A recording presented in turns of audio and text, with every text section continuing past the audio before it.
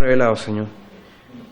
Por favor, tu Espíritu nos ayude, nos dé la gracia, Señor, para poder entender y también para atesorar estas cosas en nuestro corazón, Señor. En nombre de Jesús, amén. Bien, voy a sacar esto porque es más cómodo. Ya, entonces estábamos viendo el fundamento de los apóstoles y profetas. Bueno, hay verdades que hemos ido repitiendo, ¿cierto? Que hemos ido estudiando los últimos 2 domingos. Y veíamos, ¿cierto?, la importancia del llamamiento de Cristo que había designado a ciertos testigos oficiales. ¿Se acuerdan? Que son los portadores de la revelación. Y ellos son los instrumentos que Cristo escogió para seguir revelando su mensaje. ¿Se acuerdan de eso? Que lo hemos dicho. Que son los testigos oficiales, que ellos hablan palabra autorizada de parte de Dios. Veíamos que habían 2 funciones, o sea, 2 significados posibles de apóstol, que era uno general, en el que podía todavía existir apóstol, ¿cierto?, que era un enviado de una iglesia, pero otro específico, que es el que conocemos por apóstol, en un sentido más específico, que son aquellos, como decíamos, testigos designados por Cristo para representarlo, y que todo lo que ellos dijeran en cuanto a la fe era como si Cristo lo hubiera dicho él mismo, ¿cierto? No ven muy bien, ¿cierto? Ya, vamos a tratar de ir explicando bien entonces. Entonces veíamos que ellos están en una relación con Cristo especial, que tenían que testificar de su resurrección, y también una relación con el Espíritu Santo, porque el Espíritu Santo da testimonio con ellos y a través de ellos. ¿Se acuerdan? Entonces veíamos que todo esto no quedó entregado simplemente a la memoria de los apóstoles, sino que el Espíritu Santo es el que les recordaba a ellos qué es lo que tenían que decir, y también les enseñaba, les guiaba a toda verdad, y le iba a anunciar todo lo que iba por venir, ¿cierto? Entonces, esta autoridad del testimonio de los apóstoles hace que ellos sean el fundamento de la iglesia. Y se acuerdan que dijimos que el testimonio de los apóstoles era una unidad, que no era, por ejemplo, el testimonio de Pablo solo, o el testimonio de Pedro solo, sino que el testimonio de ellos en conjunto era el testimonio apostólico. ¿Se acuerdan de eso? Que hablamos de eso. También hablamos que el Espíritu fue certificando lo que ellos decían, o sea, donde ellos iban se daban las señales milagrosas. ¿Se acuerdan de eso? Y si no habían llegado todavía, cuando ellos llegaban, ahí se manifestaba el Espíritu Santo. Entonces el Espíritu Santo iba diciendo, efectivamente sí, ellos están hablando palabras inspiradas. También hablábamos que era distinto del oficio de anciano, por las razones que dábamos, ¿cierto? Entonces, y también hablábamos que el oficio de apóstol no se transmite. O sea, yo no sucedo a un apóstol, ¿cierto? Sino que el apóstol es el apóstol, y de ahí no hay más fundamento, porque la función de ser fundamento se da una vez. Eso hablábamos. Y los testigos, ellos como testigos autorizados, no puede haber otros testigos autorizados que ellos. O sea, se desnaturalizaría la función. Entonces Cristo decía, el que a vosotros recibe, a mí me recibe, y el que me recibe a mí, recibe al que me envió. Entonces ellos realmente era como si estuviera Cristo allí hablando. Era el instrumento de Cristo para continuar la revelación. También hablábamos que no era un mensaje propio de ellos, sino que ellos tenían que hablar lo que Cristo les dijo que hablaran, y lo que el Espíritu les enseñaba y les daba para hablar. Y ellos tenían autoridad, pero siempre que se mantuvieran dentro de ese marco. Si ellos se salían de eso, ya no hay autoridad apostólica. Entonces, la autoridad de ellos se deriva de su unión ¿con quién? Con el Espíritu Santo. Porque el Espíritu Santo testifica junto con ellos. ¿Se acuerdan que revisábamos los textos? Que acá hablábamos cuando el Espíritu dice que les recordará todo lo que Jesús le había dicho, y eso se cumplió en los Evangelios. También veíamos que el Espíritu le iba a enseñar, le iba a guiar a toda verdad y le iba a enseñar todas las cosas. Y eso se cumplió también en las epístolas, ¿cierto? Y también vimos que el Espíritu, según el Evangelio de Juan, le iba a hacer saber las cosas que deberían de venir. Y eso se cumplió en los pasajes proféticos de la epístola y también en el Apocalipsis. Entonces, bueno, ahí seguimos enfatizando algunas verdades, ¿cierto? Vamos a ir hasta lo que vimos la última clase, Esto es lo que vimos en la última clase, que había una conexión inseparable entre los hechos de la redención y el anuncio de esos hechos. O sea, el anuncio también fue algo que Dios estableció. No solo los hechos que tenían que suceder, sino que también cómo se iban a anunciar y transmitir esos hechos. ¿Se acuerdan? Entonces la proclamación de la salvación quedó entregada a estos testigos que eran oficiales. ¿Y se acuerdan que hablamos del testimonio de los apóstoles? Que era un testimonio que Juan dice que lo que nosotros vimos, lo que nosotros oímos, lo que palpamos, dice. Lo que se nos manifestó. Y él enfatizaba harto esas palabras. Entonces vimos que nosotros teníamos que tener una comunión con el testimonio de ellos para poder tener comunión con Dios. ¿Se acuerdan de eso? O sea, había que tener comunión con lo que ellos vieron, oyeron y palparon. Y nosotros al tener comunión con eso podemos conocer a Dios. No podemos conocer a Dios aparte del testimonio que ellos nos están dando. ¿Se acuerdan que hablamos de eso? Y eso obviamente nos dice que sin las Escrituras no podemos conocer a Dios. No podemos ver cómo Dios se ha revelado. Salvo la revelación general, ¿cierto? Pero eso no me habla de Cristo, por ejemplo. No me habla de su plan redentor. Bien, entonces vimos que los apóstoles se aseguraron de dejar testimonio escrito, porque ellos se iban a morir, decían, ¿cierto? Pedro específicamente sabía que su partida estaba pronta y él dijo, yo me voy a asegurar de que ustedes puedan contar, tener memoria de estas cosas. Entonces dejaron un testimonio escrito y eso permitió su difusión también, ¿cierto? Entonces, el testimonio de la iglesia, o sea, al que la iglesia tiene que conocer, es el testimonio de los apóstoles, y es lo que se ha habido desde el principio. Entonces, hablábamos que cada generación de creyentes tenía que tener una comunión directa con los apóstoles, ¿se acuerdan? O sea, nosotros no tenemos un testimonio que hay un intermediario entre el testimonio apostólico y nosotros, sino que nosotros podemos acceder directamente al testimonio que los apóstoles dan sobre Cristo y sobre Dios. ¿Se acuerdan de eso? O sea, hablábamos que la Iglesia Católica, por ejemplo, y la secta, por supuesto las sectas, se ponen como intermediarios entre los hombres, entre los creyentes y el testimonio de los apóstoles. Y lo cortan o lo modifican a su antojo, ¿cierto? O se ponen al mismo nivel. Entonces la única garantía para nosotros como iglesia de estar en lo correcto es acceder al testimonio de los apóstoles directamente. Bien, ahí veíamos lo distintivo del apóstol y también veíamos que el testimonio de los apóstoles no es personal ni propio, sino que es del Espíritu Santo.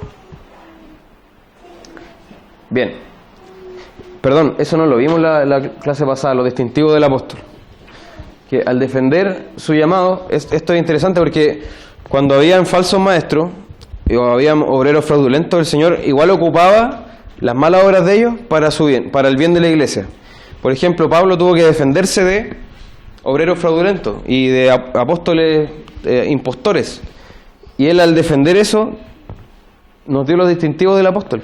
Entonces nosotros sabemos qué era lo que tenía que tener una persona que se decía apóstol. Entonces tiene que haber sido llamado por Cristo mismo. ¿Puedes pinchar en ese texto, hermano?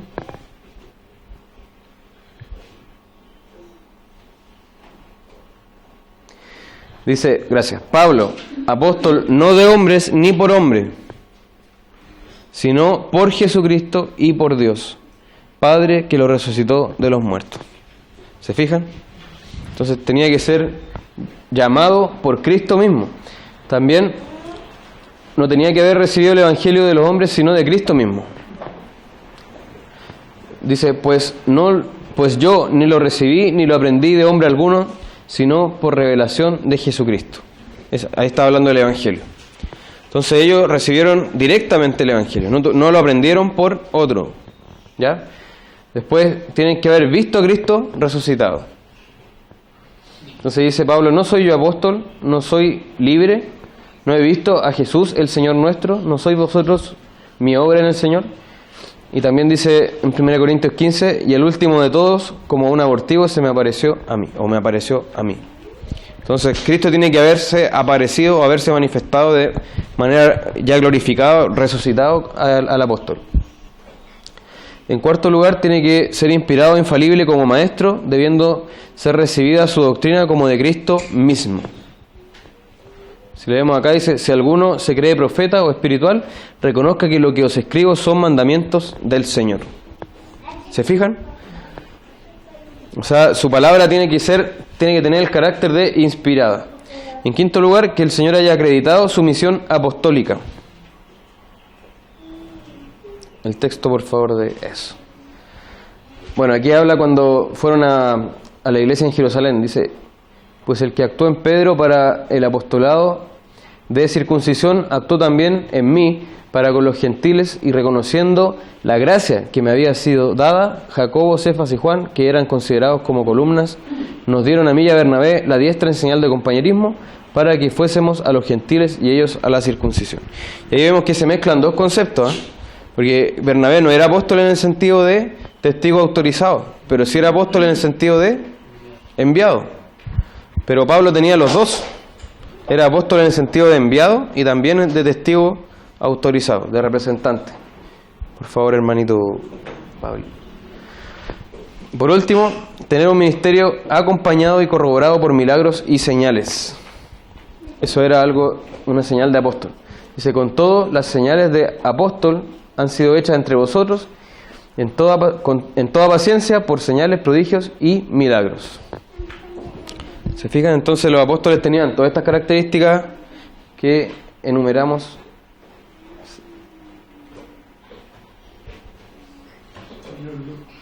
Ya. Espérame.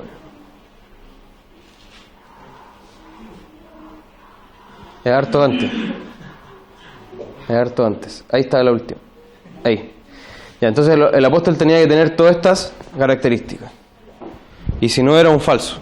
Y eso lo aprendimos porque hubo falsos. Entonces Pablo tuvo que decir: estos son los verdaderos. Ya, entonces, como decíamos, no, ahí, una más, por favor. Otra más. Ahí. Entonces, respecto a lo que estamos hablando del fundamento de apóstoles y profetas, tenemos unas consideraciones finales. Entonces, la predicación de los apóstoles está basada en hechos. Esto es importante. Ellos fueron, cuando nos hablan de que la religión nuestra, por ejemplo, hay ateos que dicen: ¿qué pasa si yo quiero creer en la tetera invisible? Así ridiculizando a nuestro Dios. Entonces dice: yo creo en una tetera invisible que nadie la puede ver, pero podemos adorarla. Pero eso no se compara a la religión cristiana, porque el cristianismo está basado en hechos, y hay testigos de esos hechos. Hay una transmisión de esos hechos redentores. Entonces, la resurrección es el centro nuclear de estos hechos. ¿Ya? Si no hubiera resurrección, como decía Pablo, aún estaríamos en nuestros pecados. Entonces, este plan redentor incluye los hechos y la proclamación de los hechos. ¿Ya? Por eso decíamos que son inseparables. O sea, ¿de qué hubiera servido si ocurrieron los hechos si nadie los proclama? ¿Se entiende?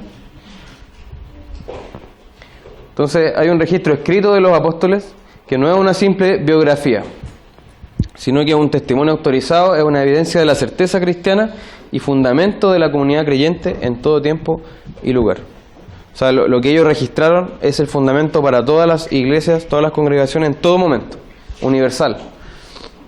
Y la iglesia no puede tener otro fundamento que el de los apóstoles y profetas. Si tiene otro fundamento es otra cosa, no es una iglesia cristiana. ¿Ya? Y el testimonio de los apóstoles es inseparable de la experiencia de quienes vieron, oyeron y palparon la vida, como dice Pablo. O sea, si alguien ahora dice: oye, soy apóstol, bueno, ¿dónde están? Primero, todas las señales que vimos. Y segundo, tu testimonio. O sea, ¿dónde está tu experiencia con Cristo en el sentido de que ellos la tuvieron? No hay. O sea, obviamente nos van a inventar a lo mejor un sueño, que fueron al cielo, pero no tiene ni un sentido. O sea, se desnaturalizaría toda la Escritura. ¿Ya? Entonces ahora, para cerrar este tema, vamos a hablar de la tradición de los apóstoles. ¿Ya? Que es de lo que hablábamos al principio. ¿Se acuerdan que cuando partimos hablando de las confesiones, nosotros dijimos que había una tradición apostólica y una tradición después de los apóstoles? ¿Se acuerdan de eso? Eso fue lo que dijimos al principio. Ya, entonces, esta es la tradición de los apóstoles, la base de toda otra tradición de la iglesia. ¿Ya? Es la única tradición autorizada y correcta.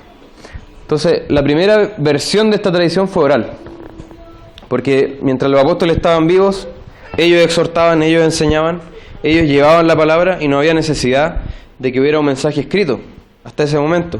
Pero por la misma, el Señor obviamente lo tenía previsto así, pero por supuesto cuando ellos murieran no iban a poder seguir haciendo lo que estaban haciendo, por eso que debía quedar un registro escrito. Y al momento de que empezaron a escribir, lo escrito se puso al mismo nivel de lo hablado. Por eso Pablo dice aquí: así que hermanos, sigan firmes y manténganse fieles a las enseñanzas que oralmente o por carta les hemos transmitido. ¿Se fijan? Al mismo nivel. Al mismo nivel. Los apóstoles transmiten, por favor ahí el clic, lo que recibieron. Ellos transmiten lo que recibieron. Dice 1 Corintios 11, yo recibí del Señor lo mismo que les transmití a ustedes, que el Señor Jesús, la noche en que fue traicionado, tomó pan. Y ahí empieza a revelar lo de la Santa Cena, ¿cierto? Pero fíjense en el uso de los conceptos, porque acá vamos a aclarar esto. No estamos hablando de tradición en el sentido que nosotros lo entendemos. Tenemos que acá detenernos y analizar bien esto. Es la tradición en el sentido que ellos lo entienden, ¿ya? Y fíjense el uso de las palabras. Dice: transmití y recibí. Recibí, transmití. Pablo recibe una revelación, una tradición de los apóstoles y la entrega, la transmite. ¿Ya? Otro texto dice: además os declaro, hermanos, el evangelio que os he predicado, el cual también recibisteis. Otro uso de la palabra, recibisteis, en el cual también perseveráis, por el cual asimismo, si retenéis la palabra que os he predicado, sois salvos. Miren, si ustedes leen las cartas de Pablo, hay un juego interesante entre que él recibió, transmite, y ellos también tienen que recibir y retener. A Timoteo también le hace harto énfasis en esto: retén la palabra. Después, hombres fieles que retengan la forma de las palabras, dice. Entonces, ese es el concepto que ellos tienen. Por favor, hermanito. De tradición. Entonces, los escritos que vienen luego de los apóstoles, los escritos que ellos empiezan a redactar, lo que hacen es fijar la tradición que ellos ya habían predicado oralmente. Ya, en la época apostólica, los escritos y el mensaje oral de los apóstoles son una unidad. Lo que ellos predican y lo que ellos escriben son una unidad. Y juntos son la tradición de los apóstoles. ¿Ya? ¿Se entiende la idea? Juntos son la tradición apostólica. ¿Puedes poner ahí el enlace, por favor? Entonces tenemos el mensaje oral, lo que ellos predicaban, y el mensaje escrito. Y esto es, en conjunto, la tradición apostólica.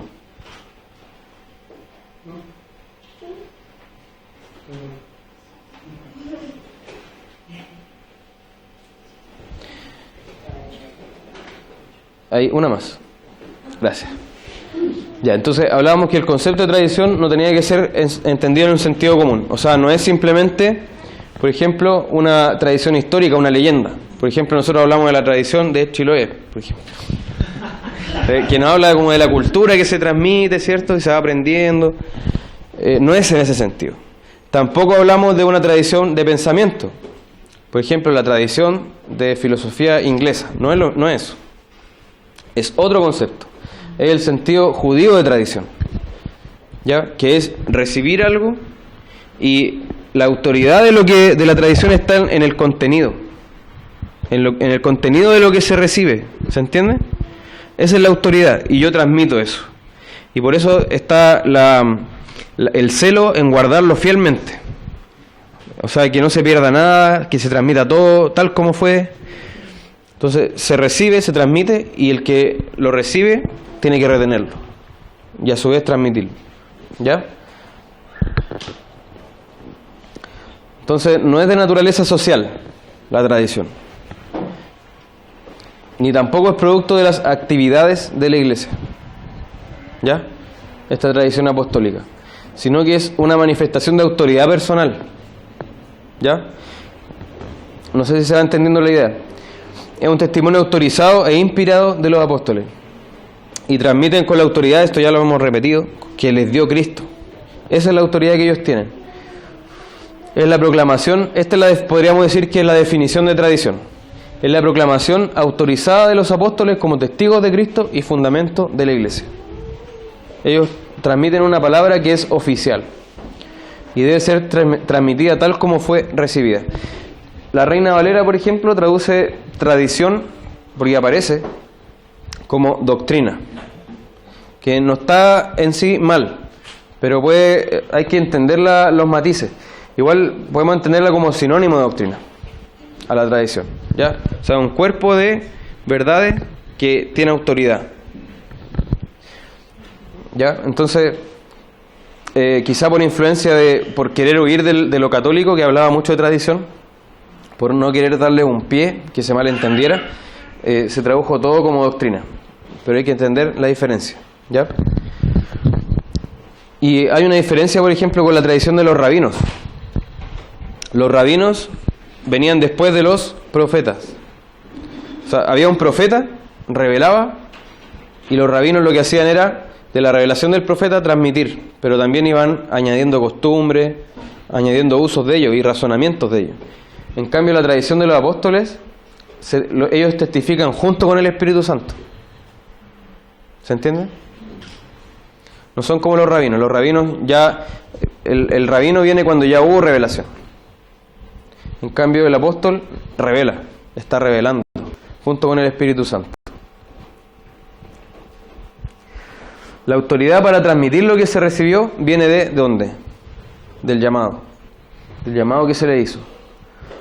Dice Pablo: quiero que sepan, hermanos, que el evangelio que yo predico no es invención humana. No lo recibí ni lo aprendí de ningún humano, ningún ser humano, sino que me llegó por revelación de Jesucristo. Eso está en Gálatas. Entonces, de ahí viene la autoridad de ellos. De ahí viene es su llamado lo que les da la autoridad. Y además, cada apóstol recibe la tradición de los demás apóstoles. ¿Se fijan? O sea, ellos son un conjunto, y en conjunto ellos son la tradición de los apóstoles. Ellos entregan, pero ellos también se nutrían de lo que el Señor les reveló a los otros apóstoles. ¿Se entiende? Es el conjunto de ellos, el testimonio conjunto de ellos, lo que nosotros recibimos, no solo por separado, ¿ya? Entonces, cada apóstol debe dar testimonio directo del Señor resucitado. Como decía Pedro y Juan, lo que ellos vieron y oyeron. ¿Se acuerdan que ellos decían: no podemos dejar de decir lo que hemos visto y oído? ¿Ya? Además, toda la tradición de los apóstoles se debe considerar como dada por Cristo. Se debe considerar que Cristo la entregó. ¿Puede, por favor, el vínculo? Parece que no es vínculo. Es subrayado, ¿no? Tiene que considerarse como dada por Cristo. Entonces, ¿qué tenemos que entender? El Señor quiso revelarse de esta manera. ¿Ya? El Señor estableció este medio. No es el plan B, por ejemplo. O no es que la iglesia se acomodó a esto y empezaron a funcionar así, sino que Cristo quiso y el Señor quiso comunicar la tradición de esta manera. No son solo palabras históricas o cronológicas recordadas de Jesús, sino que Jesús habla directamente a los apóstoles y el Espíritu los guía a toda verdad y les enseña todas las cosas. Y es una palabra autorizada por Cristo. ¿Ya? Entonces, vemos que vamos repitiendo ideas, pero es para que quede claro, ¿ya? José Grau, que es el que escribió el libro El Fundamento Apostólico, dice lo siguiente: la tradición significa el conjunto de todas las revelaciones y toda la inspiración que fueron dadas a la totalidad de los 12 y a San Pablo. ¿Ya? Esa es la tradición de los apóstoles. El conjunto de todas las revelaciones y toda la inspiración que fueron dadas a los 12 y a San Pablo. Los apóstoles no se consultaban antes de transmitir. O sea, no iba Pablo a donde Juan, por ejemplo, y le decía: oye, ¿estará bien lo que voy a decir ahora? Por favor, ayúdame. O revisémonos todo lo que vamos a decir. Pongámonos de acuerdo y vamos a decir. No. Sino que la autoridad de cada apóstol es personal y directa. Cristo se la daba. Y los otros reconocían la autoridad. Por ejemplo, Pedro reconocía que Juan era apóstol. Y reconocía que Pablo era apóstol. Eso está en Gálatas. ¿Se acuerdan cuando le dio la mano en señal de compañerismo? Entonces ellos pueden enseñarse uno a otro. Fue el medio establecido por Dios para que esto ocurriera. Y es importante entender que Jesús creó esta tradición. Ojo con esto, Jesús creó esta tradición y es el contenido de la tradición. Jesús creó la tradición y es lo que se transmite a la vez. ¿Se entiende? José Grau dice, solamente el apóstol es quien ha recibido el Evangelio por revelación y bajo la dirección del Espíritu Santo, y por consiguiente solo la suya es tradición auténtica, testimonio infalible de la verdad divina. Solo él forma parte del fundamento que Cristo ha querido dar a su iglesia. Solo el apóstol. Porque las palabras que me diste, dice, oró Jesús, al interceder por los suyos, les he dado, y ellos las recibieron y han creído que tú me enviaste. Mas no ruego solamente por esto, sino también por los que han de creer en mí por la palabra de ellos. Ven que Jesús habla aquí, dice, las palabras que me diste, les he dado. O sea, lo que yo recibí, les he dado. Eso dice Jesús. Y ellos las recibieron y creyeron. ¿Se fijan? ¿Se fijan el juego? O sea, Jesús recibió del Padre una palabra y Él se las dio a los apóstoles. Los apóstoles recibieron esa palabra y creyeron. O sea, la retuvieron, también está diciendo en otras palabras, ¿cierto? Entonces, Cristo es el gran apóstol. Es el apóstol supremo, ¿ya? El apóstol por excelencia. Es el apóstol del Padre. ¿Puede hacer clic ahí en apóstol? Dice Hebreos 3:1. Por lo tanto, hermanos, ustedes que han sido santificados y que tienen parte en el mismo llamamiento celestial, consideren a Jesús apóstol y sumo sacerdote de la fe. O sea, la misma Biblia llama a Jesús apóstol y sumo sacerdote de la fe que profesamos. Dice además en Mateo, mi Padre me ha entregado todas las cosas. Nadie conoce al Hijo sino el Padre, y nadie conoce al Padre sino el Hijo, y aquel a quien el Hijo quiera revelarlo. O sea, nadie conoce al Padre sino aquel a quien el Hijo quiera revelarlo. Por favor, hermano. Bien, entonces, este es el ciclo, podríamos decir, o la sucesión de eventos. Solo Cristo posee el conocimiento verdadero, ¿ya? Solo Cristo posee el conocimiento, lo entrega a los apóstoles. Los apóstoles obtienen el conocimiento y son llamados a anunciar la tradición de Cristo, lo que Cristo les entregó. ¿Se entiende? ¿Me van siguiendo los pasos? Cristo posee el conocimiento, lo entrega a los apóstoles. Los apóstoles reciben y conocen verdaderamente y son enviados a anunciar la tradición de Cristo. Y este fue el medio que Dios estableció para la salvación de los hombres, el anuncio que hacen los apóstoles. Entonces, solo se puede ser salvo, solo se puede conocer a Cristo atendiendo a las palabras de los apóstoles. Y aquí repetimos lo que dice Jesús.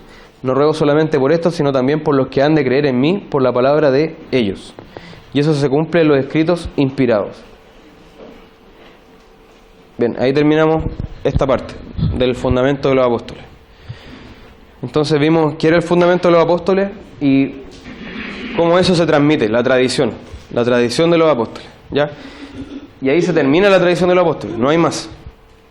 O sea, ahora no hay apóstoles, ni hay tradición de los apóstoles que se siga dando, sino que está ya registrada, está escrita, está consagrada la tradición. La tenemos en la Escritura. ¿Ya? ¿Queda alguna pregunta? ¿Observación, objeción, comentario?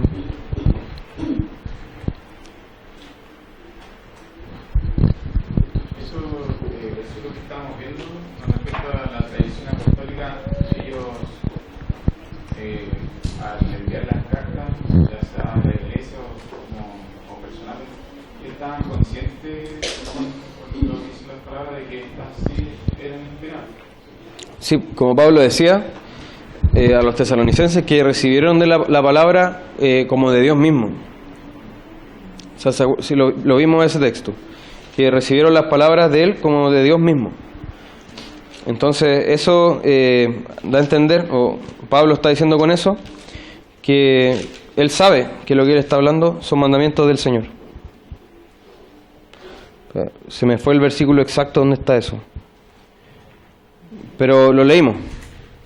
Y hay otra parte donde también lo leímos, 1 Corintios, donde él dice, el que se cree espiritual, reconozca que lo que yo estoy diciendo son mandamientos del Señor. O sea, él está hablando explícitamente que lo que está diciendo viene del Señor. Y hay otra parte en 1 Corintios 7, donde algunos han querido decir que hay algo que Pablo no se le reveló y él empezó a dar su criterio, pero es su criterio nomás. ¿Se acuerdan cuando él dice, lo que hablo ahora no son palabras del Señor, sino que...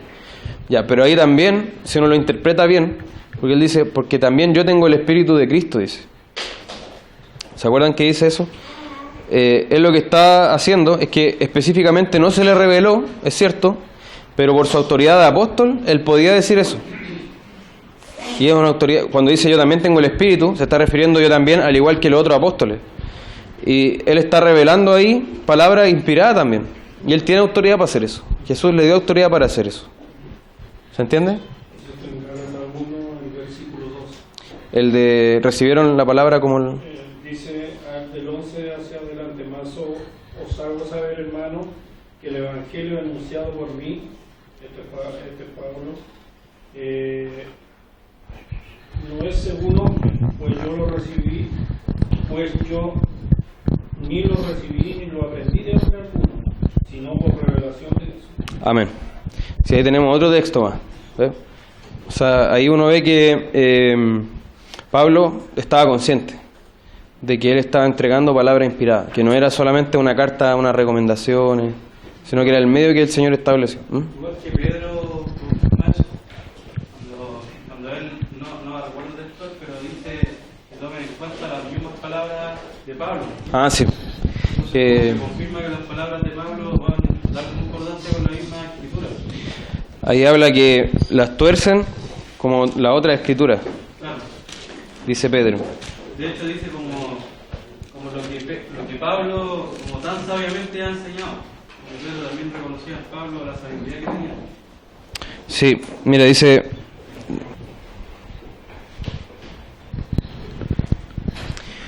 Bien.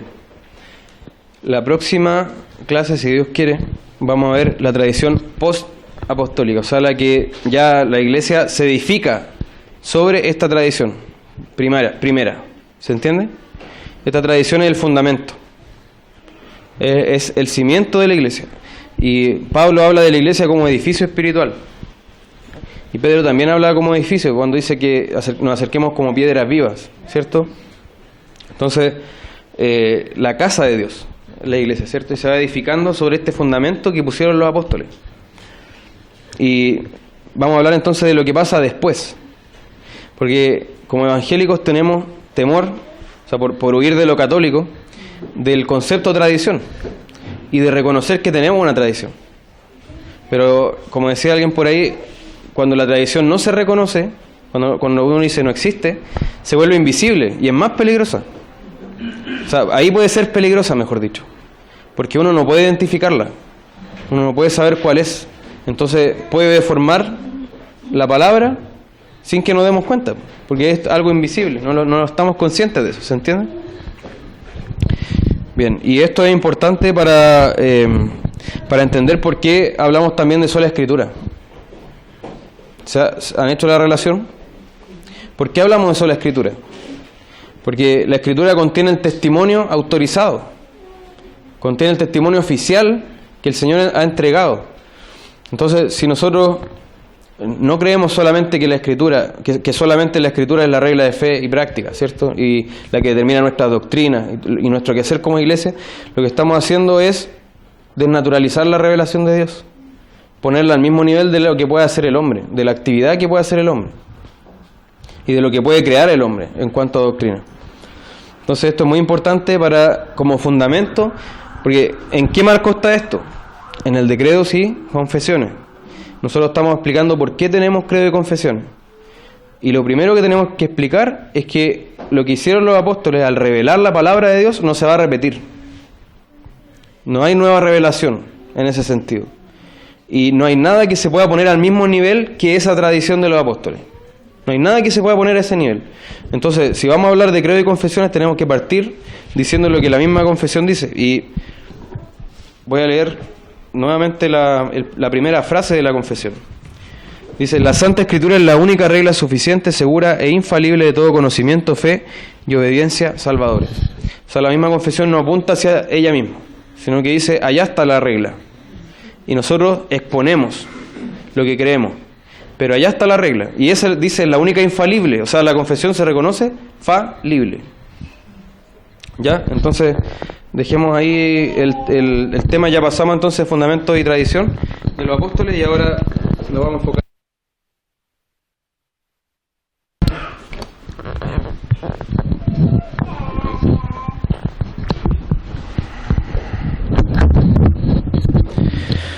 Padre Celestial, te damos gracias por tu palabra y también por habernos dado este testimonio oficial, Señor, esta revelación que nos diste los apóstoles.